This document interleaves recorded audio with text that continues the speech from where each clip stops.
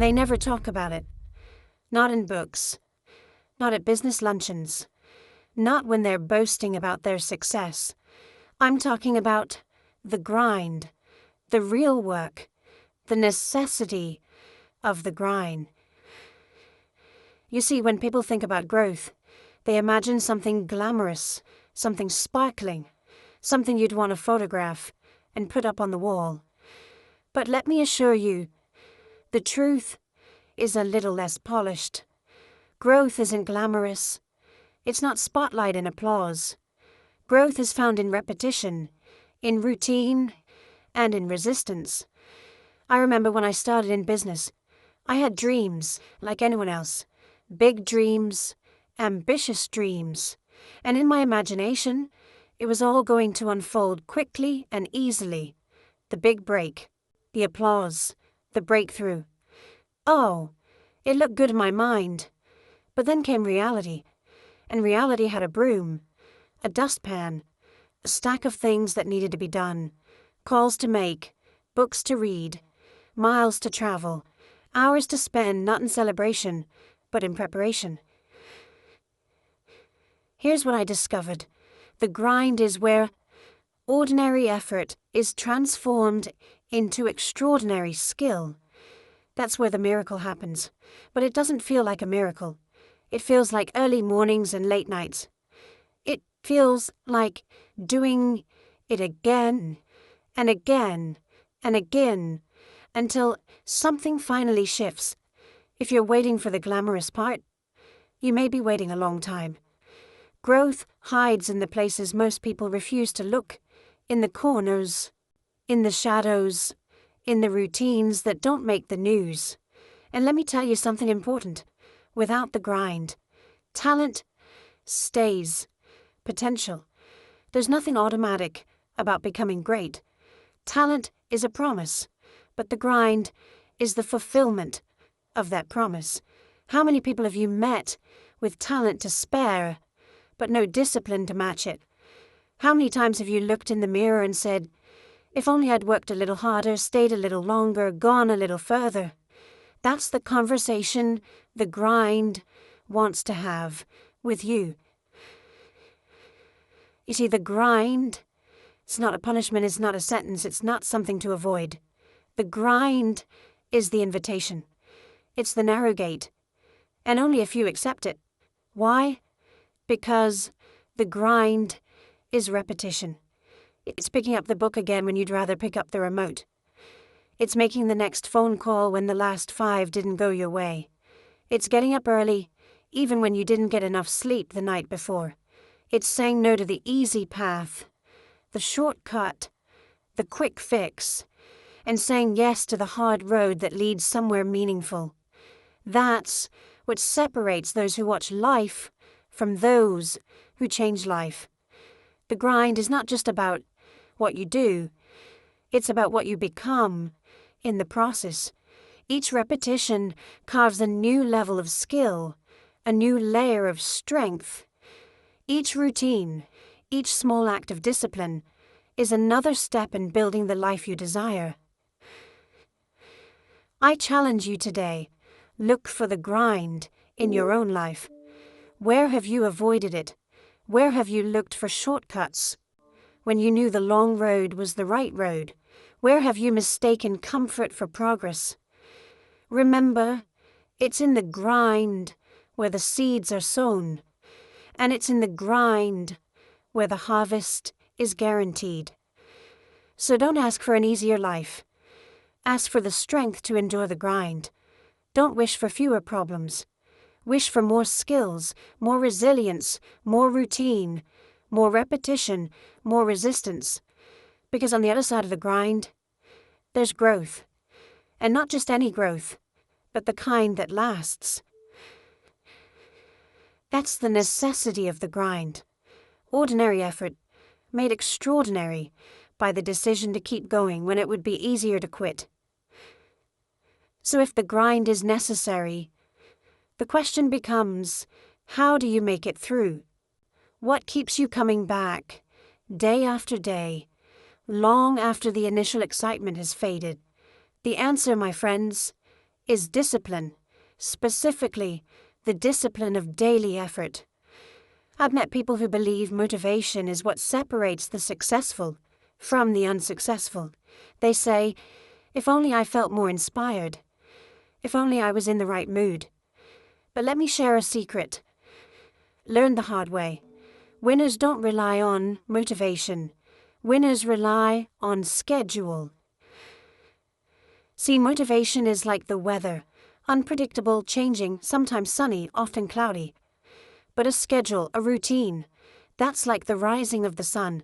It's dependable, it's consistent, and consistency is the builder of empires. Think about this. The daily grind isn't punishment, it's preparation. Each morning you follow your schedule, you lay another brick in the foundation of your future. It's not about suffering, it's about building. Would you rather build your life on fleeting feelings or on the rock of daily, deliberate action? I used to wonder how some people kept going, year after year, even when results were slow or invisible.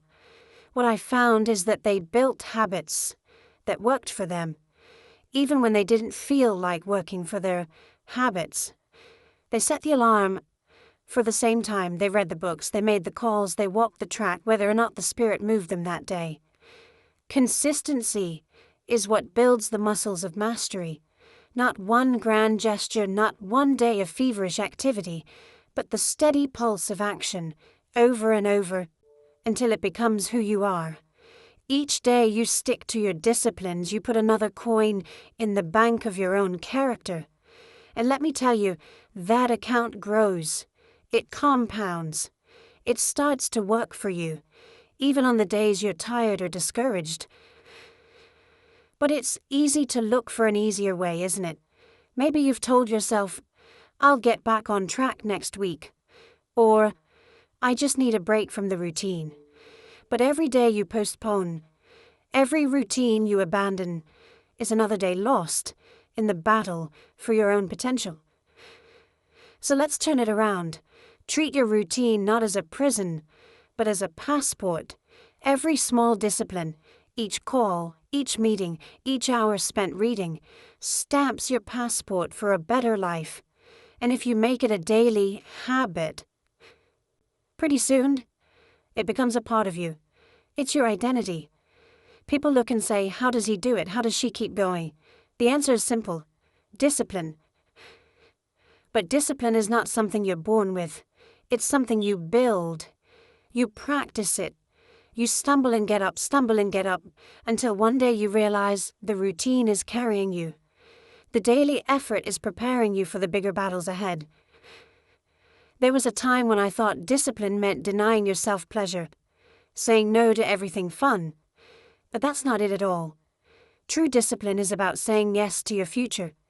It's about being loyal to your own possibilities. It's about showing up, day in and day out, because you know each day counts, especially the days when you don't feel like it. So I invite you to examine your daily schedule. Is it built around comfort, or is it built around growth? Do you rely on feelings, or have you put the routines in place that will build your future, regardless of how you feel? Remember, the daily grind is not a punishment. It is preparation. Preparation for the life you want, the strength you'll need, and the person you're meant to become.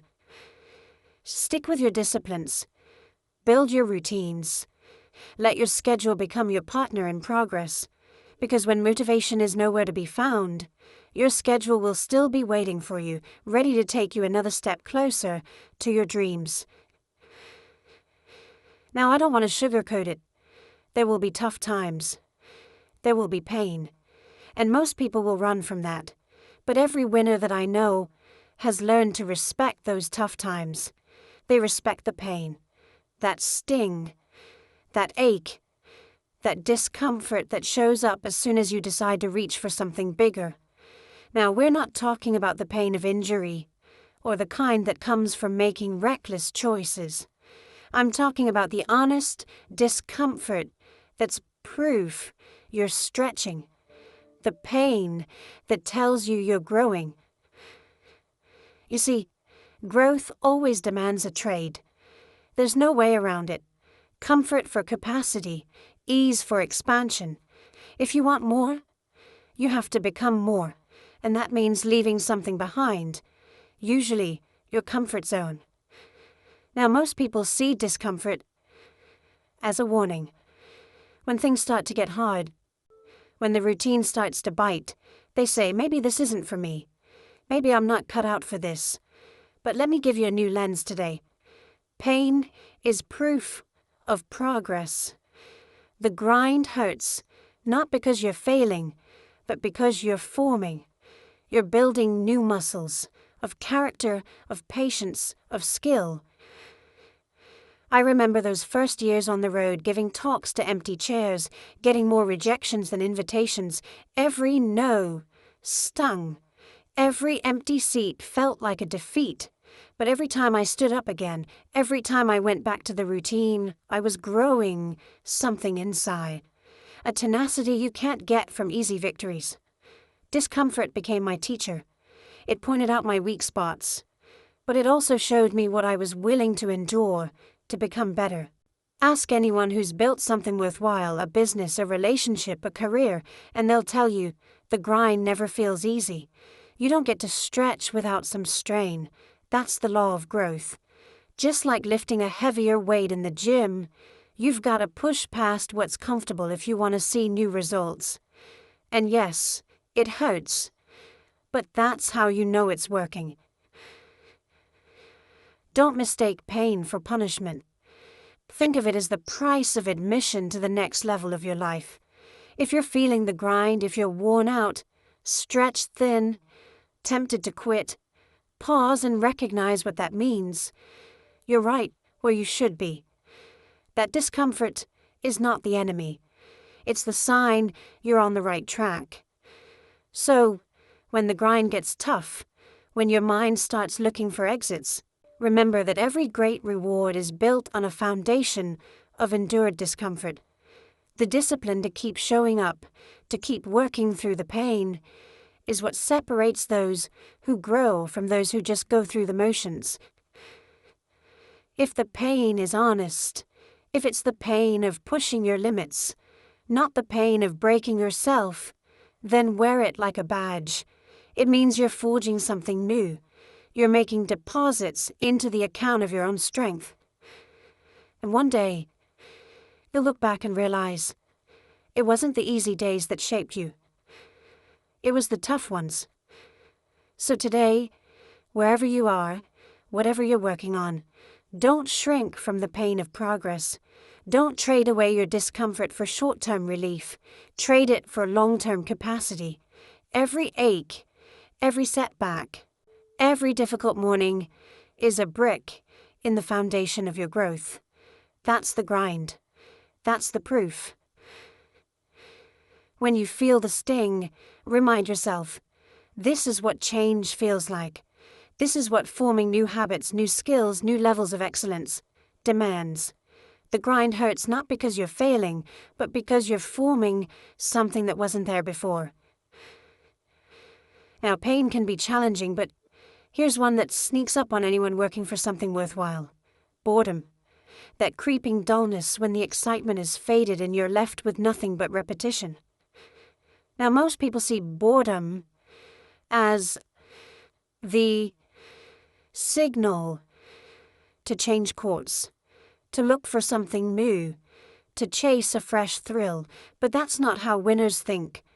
The great divide in life is right here, between those who quit when it's dull and those who keep producing through repetition. See, real progress is rarely exciting. It's not a parade every day. It's not fireworks and fanfare. Most of the journey is quiet, ordinary, sometimes even a little boring. And that's exactly where most people give up. But if you look at the people who get results, real, lasting results, they all have this in common. They learn to turn boredom into leverage. They find a way to keep going, even when the feelings of excitement have long disappeared. They do what needs to be done, whether or not it feels new.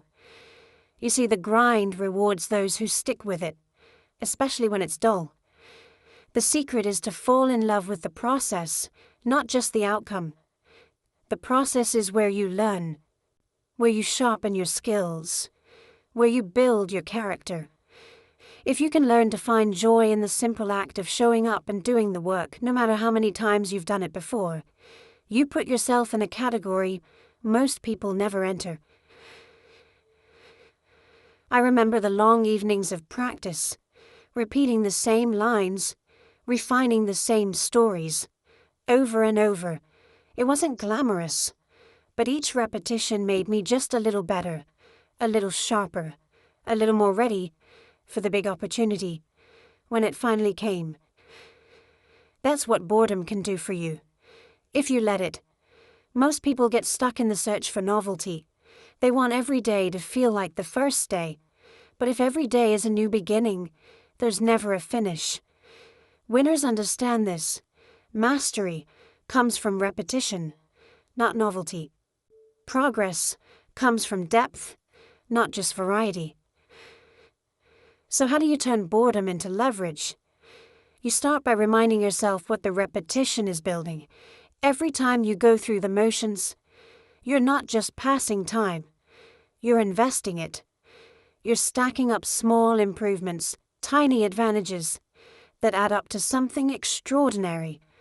When you feel the urge to quit because it's boring, that's the cue to double down. That's your signal to outlast your old self, to keep working through the routine, to keep producing even when it doesn't feel exciting. The process becomes your ally. Find small ways to improve each time. Tweak something. Measure your progress. Make it a game if you have to, but stay in the process. That's where the leverage comes from. The longer you stay, the deeper your roots go. And when the winds of challenge blow, it's the deep roots that hold you steady. Winners find joy in process, not novelty. They find satisfaction in doing ordinary things extraordinarily well. And over time, the process transforms them. They wake up one day with skills most people never achieve, simply because they didn't quit when it got dull. So next time you're tempted by boredom, remind yourself, this is the test. This is the moment where the mediocre turn back and the determined move forward. Turn your boredom into leverage. Let it push you to new depths of discipline and new heights of mastery. Because if you can outlast the dull days, the world eventually rewards you with days you never dreamed possible. But you've got to stay in the process, find your rhythm, and let the grind do its work, even when it feels like nothing's happening. That's how you turn boredom from an enemy into your greatest advantage. So how can we apply this in our life? If you're going to stick with the grind, if you're really going to keep growing, day after day, year after year, you can't leave your progress up to how you feel. Emotion is temporary. Systems are permanent. It's easy to start something new when you feel fired up, isn't it? That rush of excitement, the thrill of a fresh goal. But the trouble comes later, when the excitement wears off, when you're tired, discouraged, or distracted.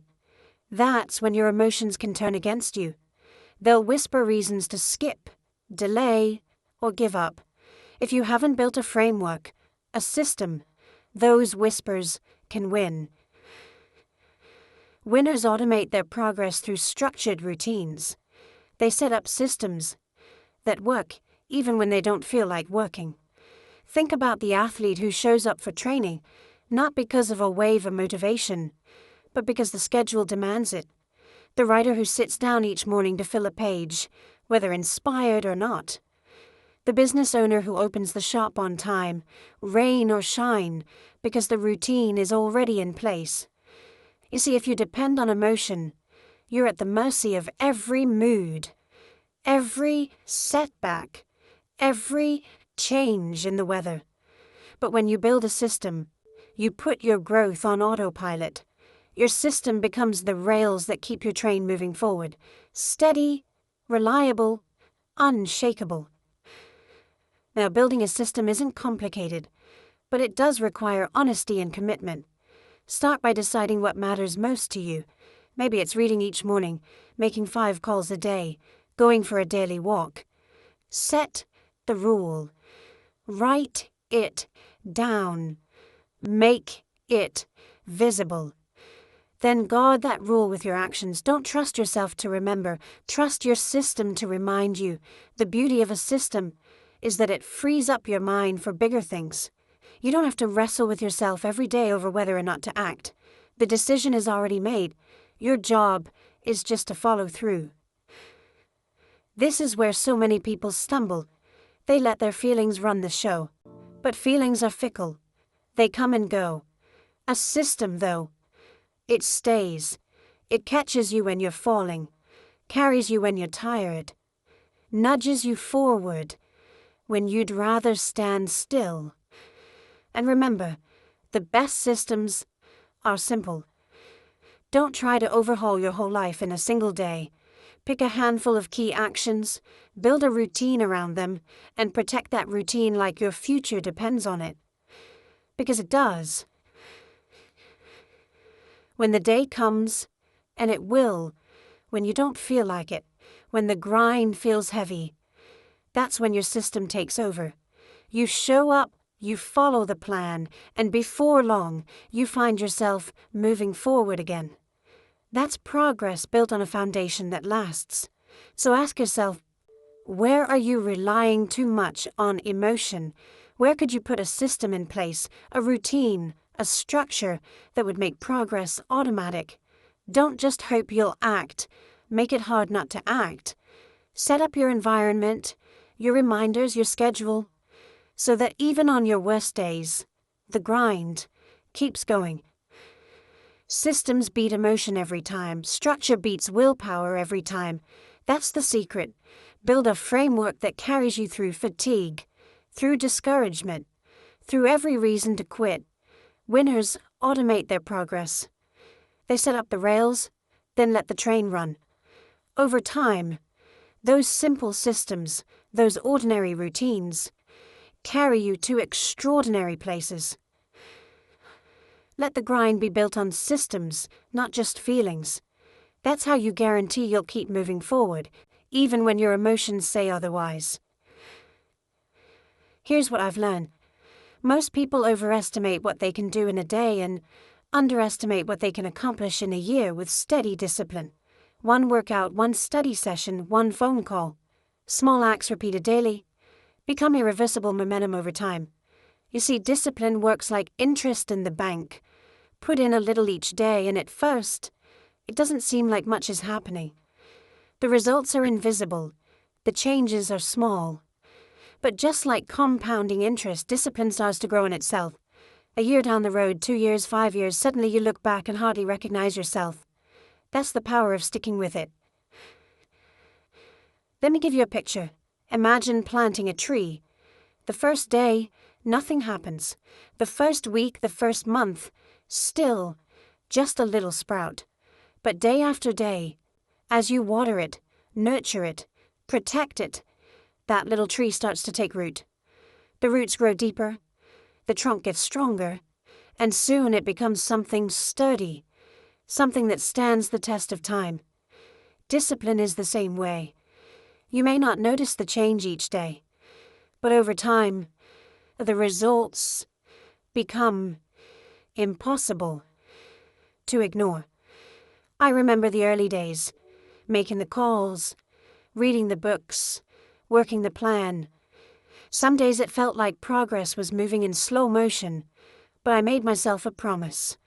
I would show up every day, do the work, put in the effort, no matter how small the step. Looking back, I can see it was those little acts of discipline, done when nobody was watching, that made all the difference. Each discipline day compounds. Miss one, and it won't set you back much. Miss 2 or 3, and you start to lose ground. But stack up enough days. Keep adding those little victories. And soon you build a mountain of momentum that can carry you through the toughest storms. You don't have to take giant leaps. You just have to take small steps. Again and again without quitting. Consistency beats intensity every time. One workout doesn't get you in shape, but 100 will. One good meal won't transform your health, but 1,000 might. It's the daily repetition that changes your destiny.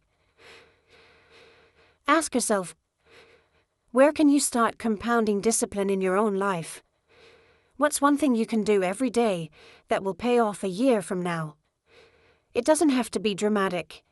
Maybe it's reading for 15 minutes, maybe it's writing a single page, maybe it's making one more call, saving one more dollar, or expressing gratitude just once a day. Those acts add up. Remember, every day you choose discipline. You're not just investing in today, you're building something that lasts. Momentum doesn't show up all at once. It's built quietly, in the grind, as each small act of discipline adds up to a force that moves mountains. When you're tempted to quit, when it feels like your small efforts aren't making a difference, think of the compound effect. Every day counts, every step matters. And if you keep going, day in and day out, one day you'll look up and realize you've created momentum that's impossible to stop. That's the power of compounding discipline. And that power will serve you well in the future, because the grind will expose your weaknesses. It will reveal your blind spots, highlight your flaws, and sometimes knock you off your feet. But here's what separates those who grow from those who give up. Winners reframe failure as feedback. I've met so many people paralyzed by the fear of making a mistake. They tiptoe around opportunity, worried they'll get it wrong. But let me tell you, the grind doesn't punish you with failure. It instructs you with feedback. Every stumble, every misstep is a teacher in disguise. The grind shows you exactly where you need to improve. And if you listen carefully, every mistake delivers a lesson you couldn't buy in a book.